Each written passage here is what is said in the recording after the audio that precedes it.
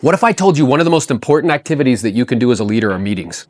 Notice nobody said that. Like when I say the word meetings, what pops up initially? Just go ahead and say it out loud. White room. Waste of time. Boring. Boring. Just put it in an email. Hey, you know what's fascinating? And this is one of the most important activities of a leader. Yeah. And all you guys are saying to me, I want to be leaders. And what's popping up is it's a waste of time and it's boring and I could be doing something else. I read this in the book and it's like hammered me over the head. The best way to see if a surgeon, teacher, or quarterback is good is to watch them during an operation, class, or a game. The best way to observe a leader is to watch them run a meeting. Hey, look at me. Is this a meeting? Yeah. Look at all the different meetings. Third-party calls, coaching calls, lunch and learns, one-on-one calls, events. If you want to see how good a leader is at their job, watch them run a meeting. Now think about this. You're supposed to be a leader and you're showing up at the call with the belief this is boring and a waste of time, when it's actually one of the most important things you could do as a leader. How many people have been on that weekly group call that I do? Yeah, is that a good call? Yeah. Okay. And look at the different meetings that we have. Look, this is the Do More Deal Summit. It's a meeting, it's the panel, right? Here's a group coaching call, that's a meeting. Here's a one-on-one call, that's a meeting. Now here's the question, with whatever meetings that you're running right now with your team or your org, how do you run them? Do you show up unprepared and wing it? Do you actually spend time and prepare the topic? Are you intentional and purposeful about it? Do you make them playful and fun? How many people have been on my calls where I play music? Right? Make it playful, make it fun. Call on people, because have you ever noticed in crowds, most people don't want to offer up a suggestion or raise their hand or say something? Yeah. Yes. You know what? It's something I've learned recently because we're doing so many meetings on Zoom in order to encourage interaction is I'll be like, yo, everybody drop in the comments what you think. Little things, bro, that causes them to interact with you. So here's some leadership reflection questions for you to think of as a aspiring leader or a leader. Are your meetings fun? Do you enjoy them? What role are you playing during the meeting? What about meetings do you dislike the most? As a leader, do you feel meetings with your org is important or a waste of time? Now, the second most important activity of a leader is to manage. I would say like subordinates. I know that has a negative connotation. I mean like people, right? Like agents, let's say. Or your agents on your team or your staff, it's to manage them. But in order to do this, you have to be willing as a leader to call people out on their BS when they're not focused on what they should be doing. Anybody besides me ever, well, I never have, but anybody have like a problem kind of calling people out on stuff sometimes? All of you guys' hands should be raised. Because do you know who you call when you're having a problem? Me. Which, by the way, is my job as a leader. Do you understand? Leaders constructively work through conflict. Leaders, when two people are fighting over something, gets on a call and works it out with them. Yes? Yes. And some of you here, I've done that. Now, this is really hard because as a leader, you have one of the most uncomfortable jobs in the whole organization because it's your job to work through conflict.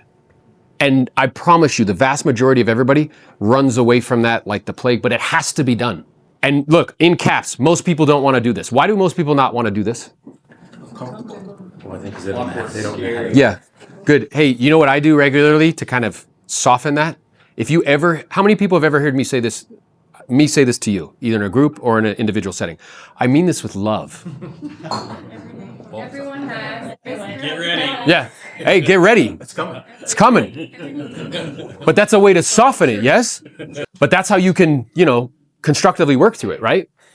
And it's important to recognize that as a leader, you actually have the most uncomfortable job. See, we think look at the opposite in thinking. I think it's because of the perks. How many people have ever seen those stupid posts where they show like the guy getting out of like the Bentley and going into the private jet and like da-da-da? That's what we think leadership is. You know what leadership is? Is when two people are fighting, you get on a call and you hash it out with them. That's what leadership is. You see the mixed messages that we get? Choosing to be a leader, listen to me, choosing to be a leader or the leader means that you're signing up for this job. Don't abdicate the responsibility. Anybody besides me ever notice that if you don't address things right away, what ends up happening? It lingers, and does it get worse? It gets worse, okay? Most people in leadership do what they want to do instead of doing what their organization needs. You do what you want to do. Yeah. Can you explain the difference of like trusting your team and delegating versus abdicating? Yeah, so that's good. So for those, because abdicating is a big word, what that means is like kings and queens in the past used to like abdicate their right to the throne. So there was actually a couple of emperors who like abdicated. They're like, look, I don't want to be the emperor anymore. I don't want to be the king anymore. I just want to go and live and, someplace, right? There's a difference between taking your hands off something and taking your eyes off something. What a lot of you guys do, because I witness it, is that you actually don't delegate it, you abdicate. So you're like, hey, do this, and you completely take your hands off it and you like don't even pay attention anymore. And that usually doesn't work out very well at all, right? So instead of just like taking your, yes, I can take my hands off something, whether it's transaction coordination, listing coordination, which a lot of you guys have a very hard time doing. Adelis was just saying, she's like, yeah, I hire somebody, but then I follow right back behind them and do like follow their work. That's not actually delegation. But usually the reason why is because I don't have a system that I trust. And usually it's because I don't trust people. It's actually like an internal thing, right? So you don't want to abdicate. What you want to do is delegate, and they're totally different. So most people in leadership do what they want to do instead of what the organization needs. Being the chief reminding officer, they don't want to do this. How many of you have ever said, well, I know, but like how many of you have ever said out loud and complained that you had to repeat yourself more than once? I need you to know that if that's you, you have better reframe the way you think about that, because as a leader, you're going to have to repeat yourself ad nauseum. Disgusting amounts of times. 10, 15, 20, 100 times. You know how many times I've told people about the story brand media and they're still posting pictures of themselves? They're not listening. I have to repeat myself over and over and over and over and over again. And the deal about the agents, and whether they be agents on your team or agents in your organization, it's your job. They need to know what they should be doing and why. So let me ask you a question. Over the last 3 months, what have me and Jose been only posting content about on our live streams? Price reductions. What else? Pre-qualifying. Presenting low offers. So what are we doing? Making sure that everybody knows what they should be doing and why they should be doing it. And do we have to repeat ourselves over and over and over and over and over? Yes. So I need you to be clear that if you are signing up to be a leader, you are signing up to repeat yourself over and over and over again.